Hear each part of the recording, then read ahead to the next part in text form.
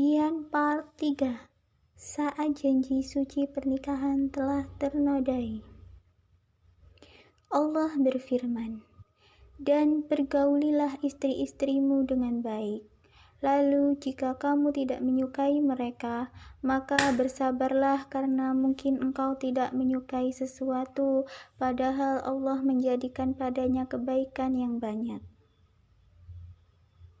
Tak ada satupun di dunia ini wanita yang ingin disakiti dan dikhianati. Semua wanita ingin mendapatkan kebahagiaan, kasih sayang juga rasa kedamaian di dalam dirinya. Begitu juga denganku. Aku ingin bisa dicintai oleh suamiku. Apa aku salah meminta hak? Meski suamiku telah membuat kesepakatan itu dan aku pun terpaksa menyetujuinya. Namun, paling tidak selama pernikahan ini masih berlangsung, aku ingin menjalaninya dengan penuh kebahagiaan.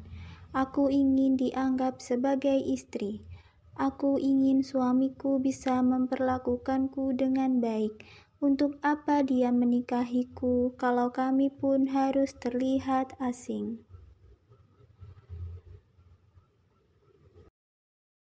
Semua hanya karena ambisinya, kegilaannya dengan harta dan kekayaan.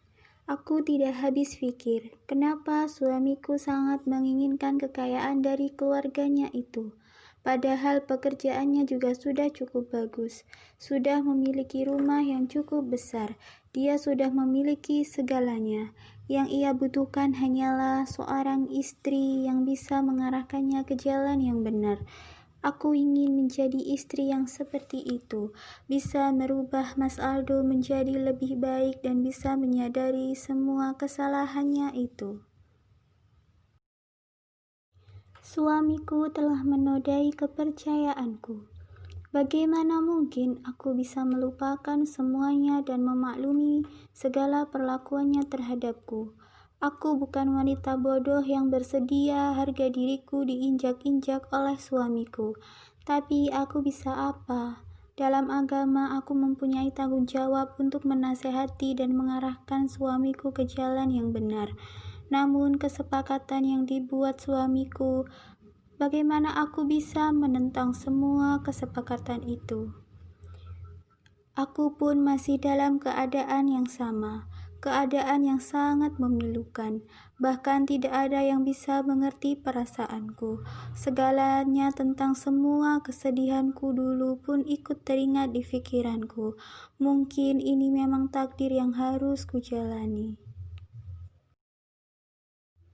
Diriku yang semenjak kecil tidak pernah dianggap sebagai anak oleh orang tuaku. Bahkan saat aku telah menjadi seorang istri, aku pun tidak dianggap sebagai istri, tidak diperlakukan selayaknya seorang suami memperlakukan istrinya.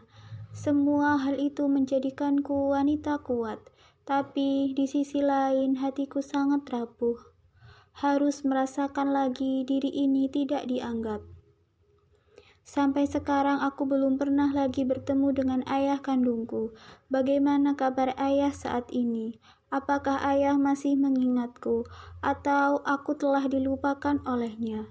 Membuang semua jauh-jauh tentangku, anak yang tak pernah dianggap. Bahkan aku tidak mengetahui bagaimana wajah ibu kandungku. Ayah kandungku tidak pernah memberitahuku akan hal itu, meski dulu aku terus mencoba bertanya. Namun ayah selalu memberikan alasan-alasan yang aku pun harus mengerti. Pikiran tentang masa laluku pun terlihat jelas lagi di pikiranku. Aku yang saat ini tengah lelah sedari tadi terus menangis, kini hanya mencoba mengingat semua kejadian menyedihkan yang telah aku lalui. Aku mencoba mengambil hikmah di balik kejadian-kejadian yang menimpaku. Mungkin ini adalah rencana Allah, agar aku bisa menjadi wanita yang kuat dan tegar dalam menghadapi masalah seberat apapun itu.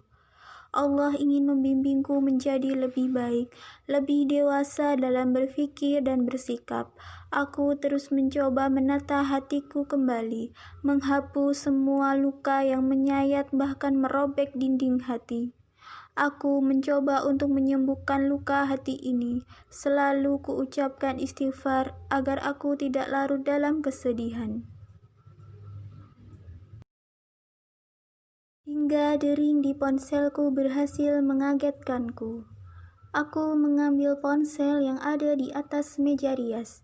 Kulihat seorang sahabat terbaikku, Anissa. Ya, Anissa menghubungiku. Aku pun segera mengangkatnya. Assalamualaikum Keisha. Terdengar ucapan salam dari Anissa lewat telepon genggamnya. Waalaikumsalam warahmatullahi wabarakatuh. Ada apa Nis? Tumben malam-malam gini nelpon. Tanyaku pada Anissa. Aku hanya ingin tahu kabarmu saja. Bagaimana? Apa kamu betah tinggal di rumah suamimu itu? Ujar Anissa yang menanyakan kabarku. Mungkin dia sudah merasa kangen denganku. Baru juga sehari di sini. Ya, belum bisa bilang betah sih, ucapku ragu. Memang sudah merasa tidak betah walaupun masih sehari tinggal di rumah Mas Aldo. Tapi kamu baik-baik saja kan, Kay? Tanyanya penasaran. Iya, baik kok, Nis, ucapku dengan lembut dan mencoba menghapus peluh di pipiku. Syukurlah kalau kamu baik, tapi kok suara kamu agak serak gitu, seperti orang yang habis nangis. Kamu beneran gak kenapa-kenapa kan, Kay? Tanya Anissa yang sepertinya merasa khawatir denganku. Duh, ketahuan deh kalau aku memang habis nangis. Gak apa-apa kok, Nis. Aku baik-baik saja di sini. Suaraku agak serak, mungkin karena kecapean aja. Ujarku dengan ragu, karena Anissa pasti sudah mulai curiga. Jangan bohongin aku, Kay. Aku tahu kamu. Kalau kamu lagi nangis, pasti kayak gini deh. Suara kamu serak, kata Anissa yang tidak mempercayai perkataanku. Sudahlah, Nis, kamu jangan mengkhawatirkan aku. Aku baik-baik saja, beneran. Ucapku meyakinkan Anissa dan mencoba untuk menyembunyikan kesedihanku. Kay, menurut feelingku, kamu itu lagi nggak dalam keadaan yang baik, ujar Anissa yang enggan percaya semua perkataanku. Nis, kalau sudah waktunya nanti, aku akan cerita, itu pasti. Kamu nggak perlu khawatirkan aku. Di sini aku bisa jaga diri baik-baik, ucapku dengan lembut. Saat ini aku masih enggan untuk menceritakan semuanya pada Anissa. Tuh kan bener, kamu pasti lagi ada masalah. Ya sudah, aku yakin kamu bisa menyelesaikan masalah itu sendiri. Tapi jangan dipendam terus, Kay, karena gak biasanya kamu kayak gini. Aku selalu siap untuk kamu ajak berbagi suka dan dukamu, Keisha. Kalau kamu sudah siap buat cerita, kita ketemu. Aku bisa jaga rahasia kok, Kay. Kamu kan tahu aku gimana. Aku gak mau kalau kamu sampai berpikir keras lagi seperti dulu, Kay. Kumohon, kamu pikirkan baik-baik saran dariku, ujar Anissa yang memang ingin tahu masalahku. Anissa bukan sekedar sahabatku, dia adalah sahabatku dari kecil. Kami yang sama-sama hidup di panti asuhan, yang juga sama-sama menjadi anak angkat. Kami sudah seperti saudara, dia sahabat dalam suka dan duka, yang selalu bisa memberiku nasihat yang baik. Aku pun juga selalu menuruti semua nasihatnya. Semua nasihatnya itu pun sungguh menghasilkan kebaikan dalam hidupku. Aku kangen sama kamu, Nis, ucapku. Iya sama Kay, aku juga udah ngerasa kangen aja nih sama kamu. Bisa nggak kalau kita besok ketemu? Ujar Anissa mengajakku ketemuan. Ya, mungkin dengan bertemu Anissa bisa membuatku kembali bersemangat. Ketemu di mana nih? Tanyaku. Ya di tempat biasa aja, kamu bisa kan? Mas Aldo tidak mengekang kamu kan, Kay? Ucap Anissa yang khawatir Mas Aldo melarangku pergi bertemu Anissa. Tidak kok Nis, Mas Aldo tidak akan melarangku untuk bertemu dengan siapapun. Apalagi kan dia tahu kalau kamu sahabat terbaikku. Ya pasti diizinin, ujarku yang mencoba menjelaskan agar Anissa tidak curiga dengan Mas Aldo. Bagus deh kalau gitu, berarti kita bisa ketemu kapan aja dong ya, ucap Anissa yang kelihatan sangat gembira. Aku dan Anissa akan segera bertemu lagi. Iya Nis, itu pasti, ucapku dengan lembut. Oke deh Kay, besok aku tunggu kamu di tempat biasa ya, ujar Anissa yang mengajakku bertemu di resto seafood tempat makan favorit kami dulu waktu masih kuliah. Kami sering bertemu di resto itu untuk sekedar melepas rindu atau sekedar ingin mencoba menu terbaru di restoran yang cukup terkenal itu. Iya Nis, besok juga sekalian aku mau ke rumah ayah angkatku. Cie, udah rindu nih sama bokap dan nyokap, ujar Anissa yang kedengaran kalau dia lagi seneng banget. Iya Nis, kamu tahu sendiri kalau aku gak bisa lama-lama jauh dari keluarga angkatku. Apalagi kemarin aku belum sempat berpamitan sama adik-adikku. Pasti mereka sekarang ini ngerasa kesel banget sama aku, ujarku. Iya Kay, pasti mereka semua juga sudah mulai kangen sama kamu. Ya, meski kamu berada di rumah suamimu baru sehari sih, tapi bagi mereka mungkin serasa berhari-hari nggak ketemu kamu. Ucap Anissa yang membuatku ingin sekali segera bertemu dengannya. Ingin sekali aku menangis di bahunya. Ya, terkadang dulu memang aku sering melakukan itu, menangis terseduh-seduh di bahu Anissa. Iya Nis, kamu benar, ucapku dengan lembut namun terganggu oleh suara ketukan pintu di kamarku. Nis, nanti kita lanjut lagi ya, sepertinya Mas Aldo memanggilku, ujarku pada Anissa. Iya Kay, jadi istri yang baik dan nurut ya, ucap Anissa menasehati. Iya Nis, makasih ya nasihatnya. Udah dulu ya, wassalamualaikum, ujarku sembari menoleh ke arah pintu kamar yang sedang diketuk oleh Mas Aldo. Iya Kay, waalaikumsalam warahmatullahi wabarakatuh. Setelah Anissa menjawab salam penutup obrolan kami, aku pun segera mematikan teleponnya. Kesha, kamu buka dong pintu kamarnya, ujar Mas Aldo sembari terus saja mengetuk pintu kamarku. Iya mas, sebentar. Aku pun mengambil hijab dan mengenakannya. Kay, kamu gak apa-apa kan? Tanya Mas Aldo yang melihat mataku agak sembab. Gak apa-apa kok mas, ucapku dengan agak terbata-bata dan dengan suara yang agak serak. Gak apa-apa, apa kamu lagi batuk? Kok suara kamu agak serak gitu? Tanya Mas Aldo penasaran dengan keadaanku. Sepertinya dia tidak merasa bersalah sedikit pun, jadi tidak perlu aku menjelaskannya. Iya mas, Kesha baik-baik saja kok. Ada apa ya mas? Kamu sudah makan? Pasti belum kan? Makan dulu yuk, tanya Mas Aldo yang berusaha mengajakku makan. Belum mas, tapi Kesha lagi gak pengen makan, ucapku menolak ajakannya dengan lembut. Loh, bukannya tadi kamu ingin makan? Barusan Bi Ina yang bilang, kalau tadi sore kamu mau ambil makanan tapi nggak jadi, malah balik lagi ke kamar. Jangan gitu, Kay, kamu harus makan. Kan sedari siang kamu belum makan sama sekali. Saya tidak ingin kamu sakit, nanti orang tua kamu bisa berpikir negatif terhadap saya. Apa kamu ingin hal itu terjadi? Ujar Mas Aldo memaksa. Ya, bukan begitu, Mas, ucapku dengan pandangan yang menunduk. Kamu makan ya, apa kamu mau makan di luar? Saya bersedia anterin kamu, asalkan kamu mau makan, ujar Mas Aldo. Orang aneh tadi bersikap cuek dan pamer kemesraan dengan perempuan lain. Sekarang bersikap sok manis, aktingnya sungguh bagus dan profesional. Gak perlu mas, Kesha gak pernah makan di luar rumah, ucapku dengan nada penolakan, yang semakin membuat Mas Aldo kesal saat harus terus membujukku untuk makan. Kay, kamu ini hanya disuruh makan saja kok susah banget sih? Kamu ingin keluarga kamu itu berpikiran buruk tentang saya? Atau inikah balasan kamu terhadap saya atas apa yang saya lakukan ke kamu? Mas Aldo pun mulai berkata kasar lagi terhadapku. Aku hanya terdiam dan langsung menutup pintu kamar tanpa menghiraukannya lagi. Sudah cukup sakit hatiku. Aku tidak ingin lagi mendengar perkataannya yang kasar itu terhadapku. Tadi saja hatiku sudah mulai agak tenang karena Anissa menelponku. Sekarang malah dibuatnya sakit lagi. Kesha, kamu jangan keras kepala seperti ini. Kita perlu bicara, kata Mas Aldo yang masih saja ingin mengajakku bicara. Mau bicara apa lagi, Mas? Apa Mas Aldo ingin memberitahuku kalau Mas Aldo bahagia bersama perempuan itu? Ucapku dengan kesal. Aku tidak peduli lagi entah dia akan marah atau bahkan bisa saja dia mendobrak pintu kamar ini. Namun hatiku sudah sangat sakit. Aku sudah tidak memperdulikan perasaannya lagi. Toh dia juga tidak bisa menghargai perasaanku. Untuk apa aku harus terus mengerti? Itu hanya akan membuatku semakin terlihat bodoh. Keisha, apa kamu tadi melihatku bersama Alicia? Tanya Mas Aldo memastikan. Iya Mas, Keisha lihat apa saja yang Mas Aldo lakukan dengan perempuan itu. Apa Mas Aldo belum puas menyakiti hati Keisha? Sampai-sampai harus berkata kasar lagi. Apa salah Keisha, Mas? Apa Keisha ini salah jika Keisha ingin membalas semua kebaikan orang tua angkat Keisha dengan menyetujui pernikahan ini? Kalau tindakan Keisha ini salah, Mas Aldo bilang, jelaskan, dilihat dari segi mana kesalahan Keisha itu, ucapku.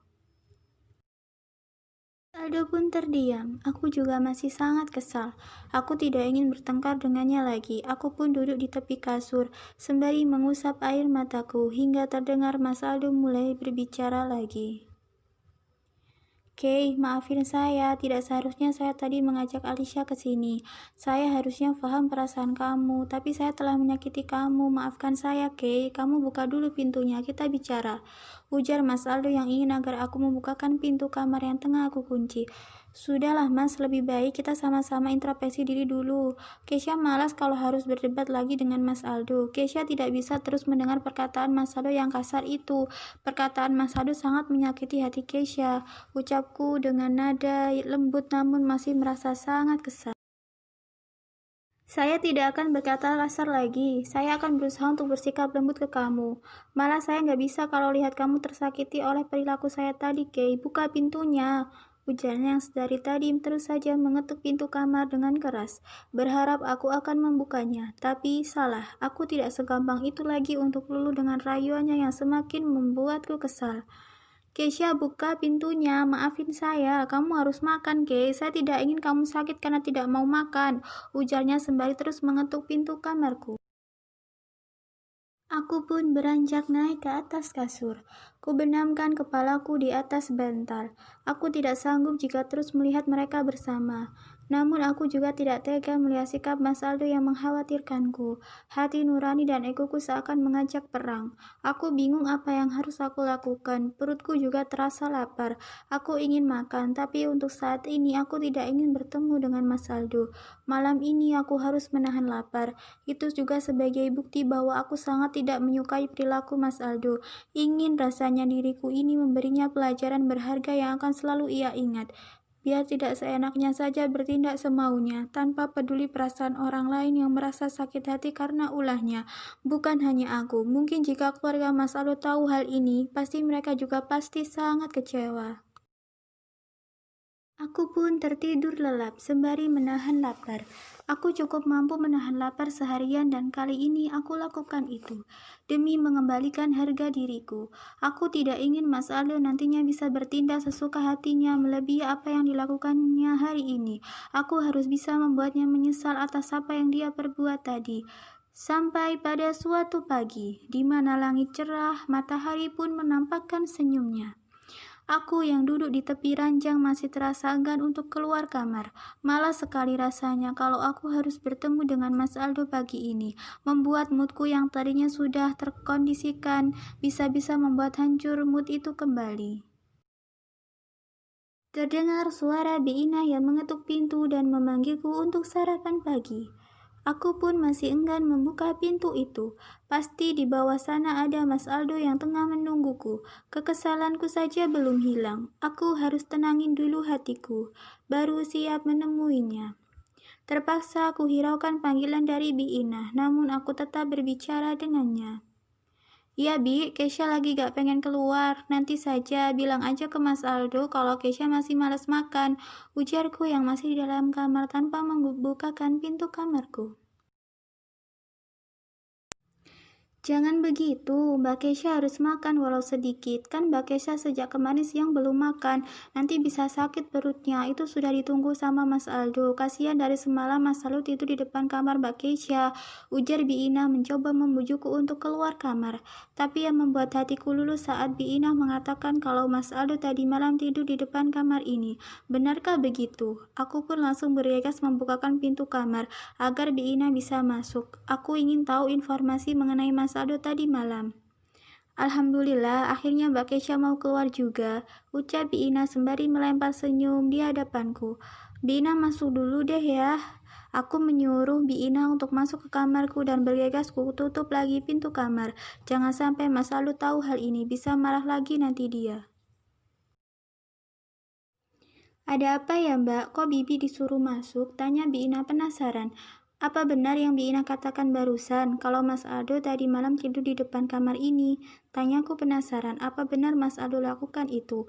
Kalau memang benar, sungguh tega aku membiarkan suamiku tidur di lantai. Iya Mbak Kei, bener kok. Biina melihat sendiri, tadi pagi kan Biina mau nyapu dan ngepel lantai depan kamar Mbak Keisha ini. Biina kaget melihat Mas Aldo tidur di dekat tembok beralaskan selimut dan bantalnya pun Mas Aldo bawa ke situ. Mas Aldo masih terlelap tidur, jadi Biina tidak berani membangunkannya. Lalu Biina mengambil kesimpulan kalau Mas Aldo semalam tidur di lantai depan situ, Mbak. Ujar Biina sembari menunjuk ke arah luar kamarku di sebelah tembok, tempat di mana Mas Aldo menghabiskan malamnya kemarin. Terasa deg di hati mendengar informasi dari Biina. Mas Aldo itu sebenarnya laki yang seperti apa? Kadang dia baik, kadang ngeselin bikin sakit hati. Tapi kalau dia telah berbuat seperti itu, hatiku pun menjadi luluh. Aku merasa kasihan dengan suamiku. Pasti Mas Aldo tadi malam kedinginan. Dia pasti tidak terbiasa tidur di lantai. Bagaimana kalau dia sampai masuk angin?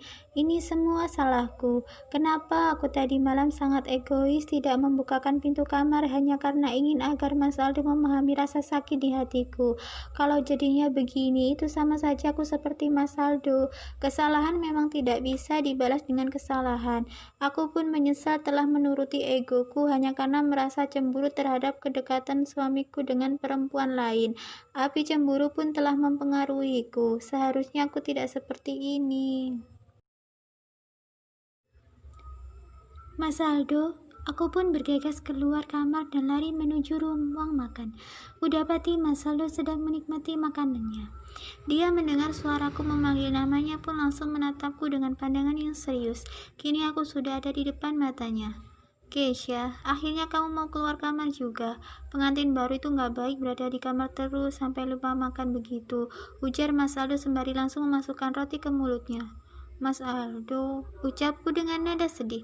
Iya, kamu keluar kamar untuk makan kan? Duduk di sini, jawab Mas Aldo dan menyuruhku untuk duduk.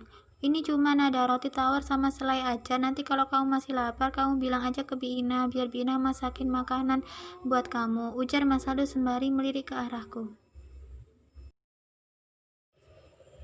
Mas, maafin Keisha ya, ucapku dengan lembut. Oke, seharusnya sayalah yang meminta maaf. Kamu gak salah, yang salah itu saya, karena tidak bisa menghargai perasaan kamu, ucap Mas Aldo dengan lembut dengan sesekali tersenyum. Tapi Keisha juga salah, Mas. Tidak seharusnya Keisha cemburu dan menuruti ego Keisha untuk mengurung diri di kamar, ucapku dengan lembut. Ku tatap lekat suamiku. Sudah, hal ini tidak perlu dibahas lagi, nanti malah bikin mood kamu hilang lagi. Kamu makan dulu, apa mau saya suapin? Ujar Mas Aldo yang menawarkan diri untuk menyuapiku. Aku pun tertunduk malu. Ternyata sungguhan. Mas Aldo pun mencoba menyuapi aku. Sudah seperti anak kecil saja aku ini. Betapa malunya aku di hadapan suamiku.